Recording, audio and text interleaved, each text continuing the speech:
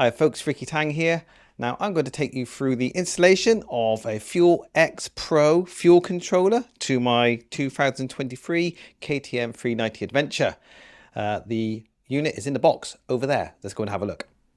Now this is the second FuelX I've purchased in about a week because I also have the FuelX Lite here on the left. Now let me tell you a little story. I bought the FuelX Lite from Amazon via a reseller called Motodrift. It's an Indian-based reseller. When I received this unit and I opened it up, I couldn't find a warranty card or a quick start guide, which is supposed to be in the box. And then when I went to register it with PowerTRONIC, the manufacturers of the FuelX Lite, as it says on the box, I couldn't find a serial number anywhere on the box either, or on the unit. So I asked the seller, Motodrift, about this, whether they can, find a warranty card for me or help me register it for warranty. And their reply was essentially, you only deal with warranty issues through us. Contact us for any problems. That immediately rang alarm bells. So I contacted PowerTRONIC and said, well, I've bought this through Amazon. Here's the invoice, here's the receipt. They're telling me I can only deal with issues through them. Is this correct? They responded saying, no, that is not correct. They have sold you an Indian-only unit. It is not meant for international sale. You will have no warranty. So I went back to the reseller and said, PowerTRONIC said this. This is not an officially sanctioned device for international sale. I'd like a refund, please. And they gave me a refund. So I got the refund. I've still got this, but I don't trust it. There's no serial number on there. It looks like it might be used, or it's a knockoff. I don't know. Either way, I don't want to risk putting it on my bike. Anyway, put that to one side. So today I went up to Hitchcock's Motorcycles in Solihull. They are an official FuelX reseller in the UK, and I bought the Pro. Why the Pro? Well, this light in the UK is £150. The Pro version was an extra 25. That's why. I wasn't spending that much extra to actually get the Pro version. Comes with the handlebar switch. To be honest, I can't really see me messing about that very much. I'll probably leave it on the default setting. Well, the recommended setting anyway. And yeah, it's nice to have. Maybe I'll make a mod to the bike at some point in the future, like change the air filter perhaps. Probably won't change the exhaust. But anyway, yeah, this is the kit we've got. Let's have a look. Come on, out you come. So the FuelX Pro comes with two plugs. The FuelX Lite only comes with a bigger one. This smaller one is for the switch. This bigger one, that plugs into here. And that goes to these two connectors, which basically replace the connection between the oxygen sensor and the ECU. Goes in line in between the two. And also have a ground cable that goes to the battery negative terminal. Fairly straightforward looking. Got some cable ties, some stickers, got some instructions. But I've seen a couple of YouTube videos. Shouldn't be too tricky. Let's start taking the bike to bits and get access to it all. Okay, first things first, let's get the seat off. So, step one, that's off. Battery negative there. And there's a cover that needs to be removed.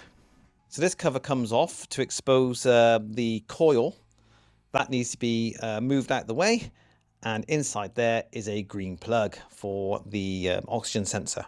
Okay, just got the ground cable. Just to be aware of that when it all goes back together. I've had a look at the actual harness here on the desk. Yeah, so it's kind of sat like this under the bike. So I need to push that clip away, out, as far as I can. Oh, that actually pops out the connector, but it's going to be hard to do in the bike as it is.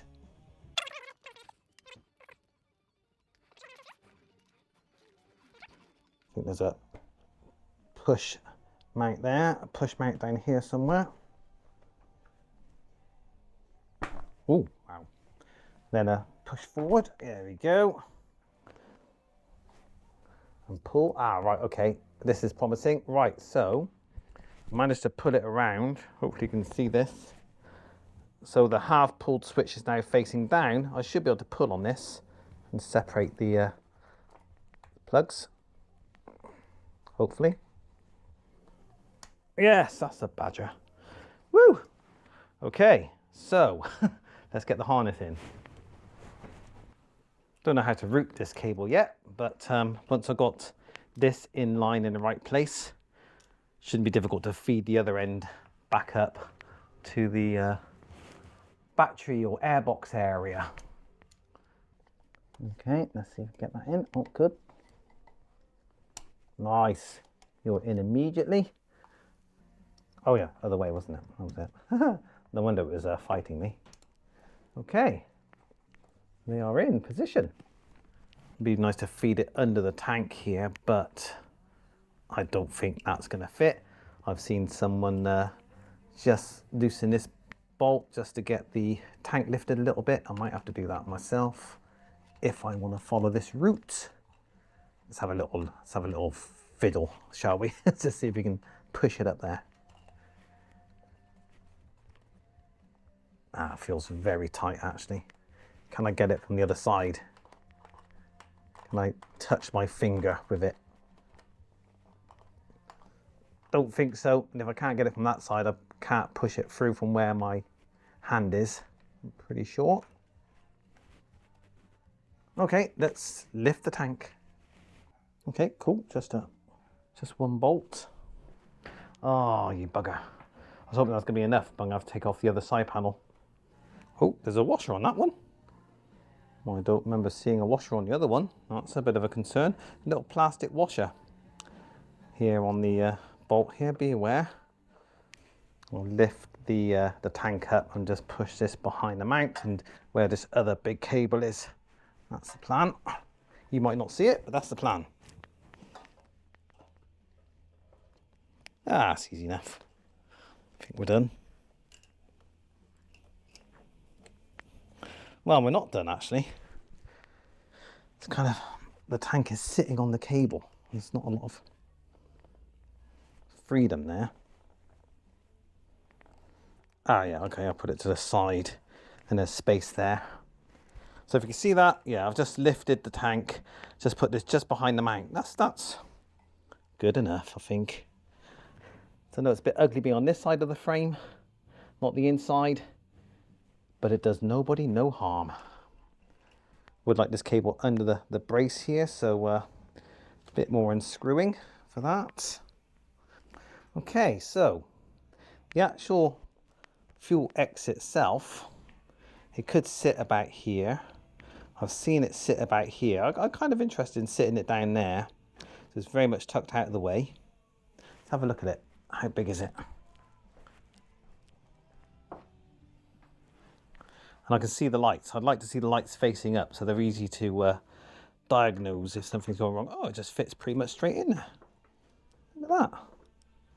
Oh, you're so close. Oh, you are. Just a little bit of pushing, I reckon. Look at that. Splendid. That's lovely. Look at that. Just squashed it in. You can see the lights. I can connect these together and tuck them into this little space down there. And then I have to feed the handlebar switch back, which I hadn't really thought about yet. So just as well I got the tank kind of slightly unbolted, because I'm going to need that, I think, to feed the handlebar switch up here somewhere. Let's get it in the right place approximately. And then see what sort of tucking we can do down here. Right, next to the other cable, I think.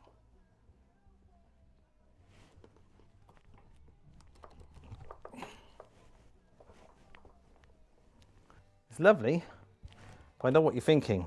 Ricky Tang, how are you going to cable tie all that? Well, the truth is, I'm probably not. The cable tie didn't quite end up where I wanted it, but still holding things in the right place. They just have to sit right above the mount. Sorry, you're actually probably blurred because these cameras don't autofocus, the GoPros. but it's just above the mount there, before the kind of foam or whatever plastic molding underneath the tank. So I reckon that's okay. So I think that's button up time mostly. Put the side panels back on, put the coil back on, plug it in. I won't completely button it up. I'll make sure everything's working before we do the final reassembly. Oh no, it's long enough. Nice one. I think before I put anything else back together, we should see if it all works. Have I done all the things aside from yeah, fit that properly? I think we're okay. Oh no, we're not. Of course we're not.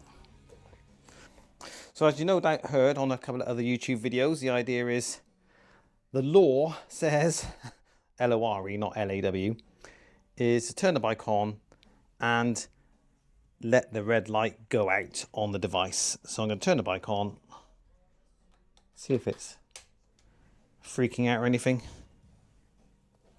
So, oh, kill switch. That's the badger. Forgot that. Okay, it did flicker when I hit the kill switch.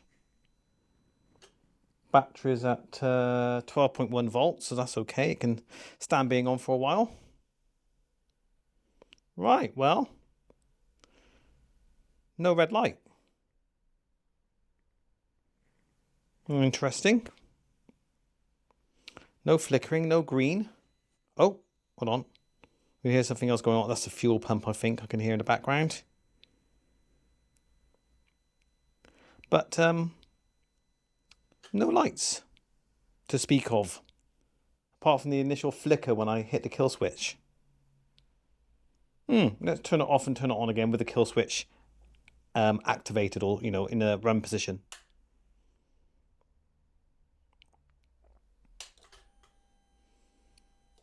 Okay, this time no lights at all on the FuelX Pro. No flashing, no flickering of any sort. It's not a great sign, is it? That's not what I've seen on other people's videos. Well, let's run the bike and see what happens. Let's open the door first for exhaust gases.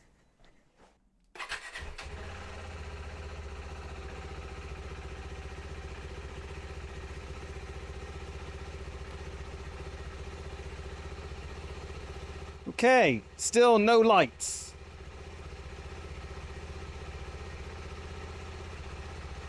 There's no check engine light on the dash. Oh, there we go. Finally.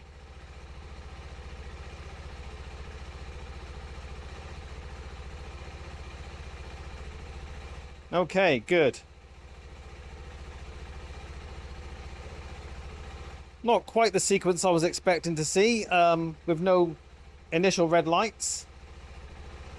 But it's all promising now.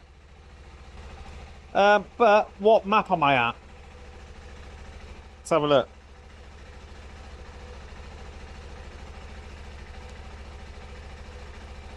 What, 6? Let's go hopefully down to 5. Yeah, you would say that's level 5. So that's that. It's on. I now need to tidy up the cabling, fit the handlebar switch, and button the bike back up, get riding, I think. So I think we'll be okay for now, actually, because I've bent the controller forward for the heated grips. It's not touching or not anywhere near the switch for the fuel controller. I've lent the fuel controller back. I think we're all groovy. Just have to tidy up this bit of cable down here. Right, I've just realised how disgusting my cable routing is. I will reroute it to go under the top yoke here with the other cabling and come up around the back and reposition the handlebar switch. But for now, it's all good. I've got the clearance. Let's see how it performs. Okay, so this will be very quick first impressions. Because I've rushed getting out on the bike, neither camera is connected to a power bank, so they're just stuck with the batteries they've got. That means about 40 minutes max. Looks like it might rain soon, and even if it doesn't rain soon, it'll probably be dark within the hour, so need to get on. So yeah, just want to see if I notice any obvious differences. The FuelX Pro is on setting 5. I think it was actually on setting 6 when I first installed it, but my bike is absolutely bog standard in terms of induction and exhaust, so 5 seems to be the setting a lot of people quite like.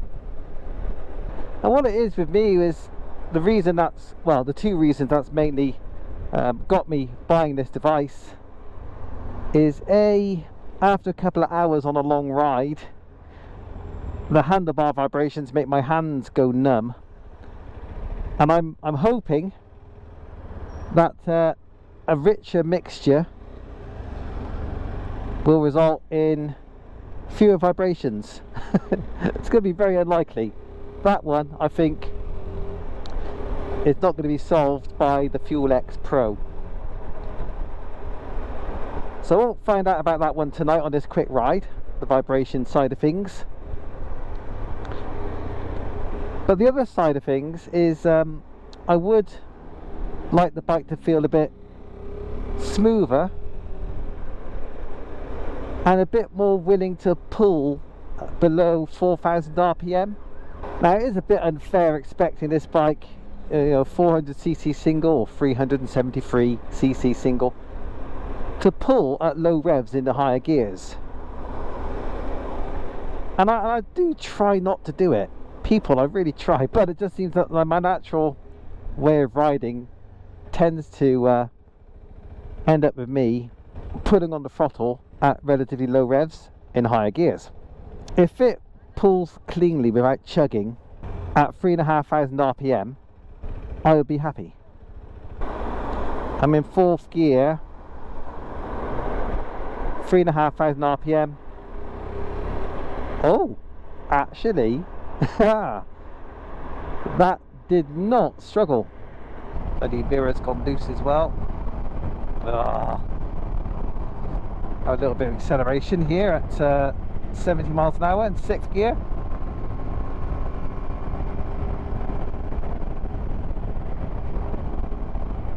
It's sedate. The acceleration doesn't seem to be much different than usual. But then again, I rarely go above 70, really. And I'm not often asking for acceleration above 70. I have noticed on occasion that this bike does struggle to accelerate uphill.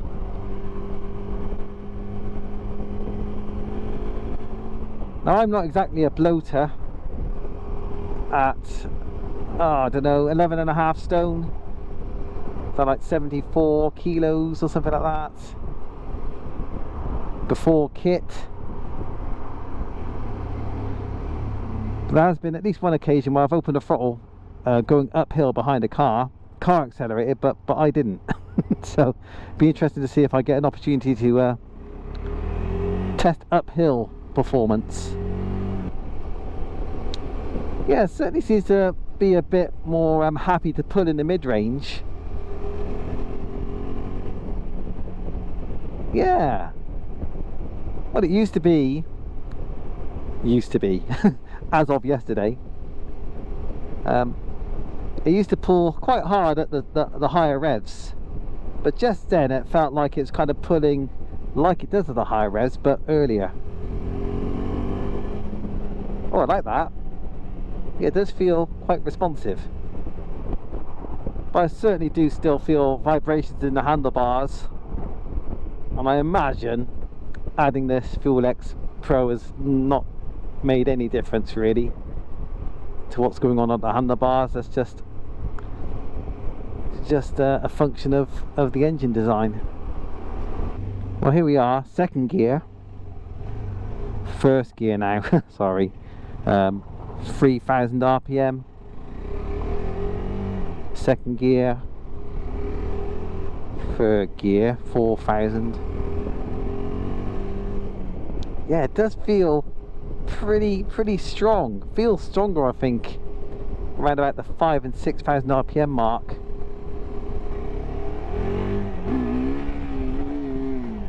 Oh well, seem to be a bit more willing to loft the front. Let's go 4th gear. 3,000. I can feel it chugging now, just holding 3,000, so I'm gonna feel a little bit cruel trying to pull this. Yeah, it's a little bit chuggy at 3,000 in 4th gear, but if I get it to about 3.5,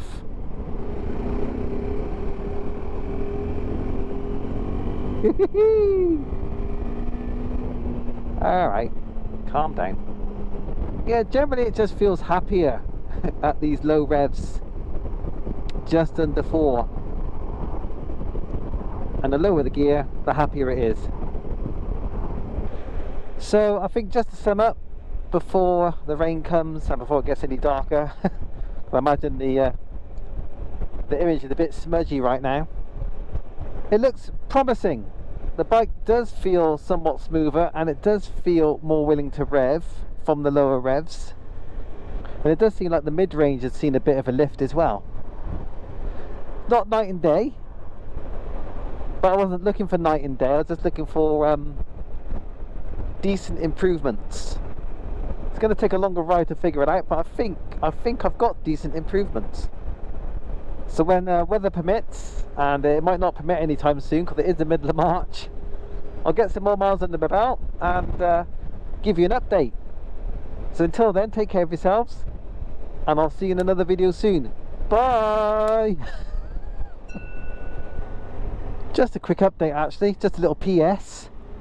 Yeah, I am finding that while I'm tooting along here, slow traffic, a quick twist of the throttle and the bike does feel more urgent than it used to. So it's definitely piling more fuel in at these lower revs. The upper end, the top end of the revs, I don't know yet. I don't think there's much of a gain advertised, and I'm not really looking for top end improvements anyway, so as long as it's not worse, that'd be nice. But it is starting to feel good. I'm starting to kind of understand that it has made a difference compared to stock, and it's a positive one.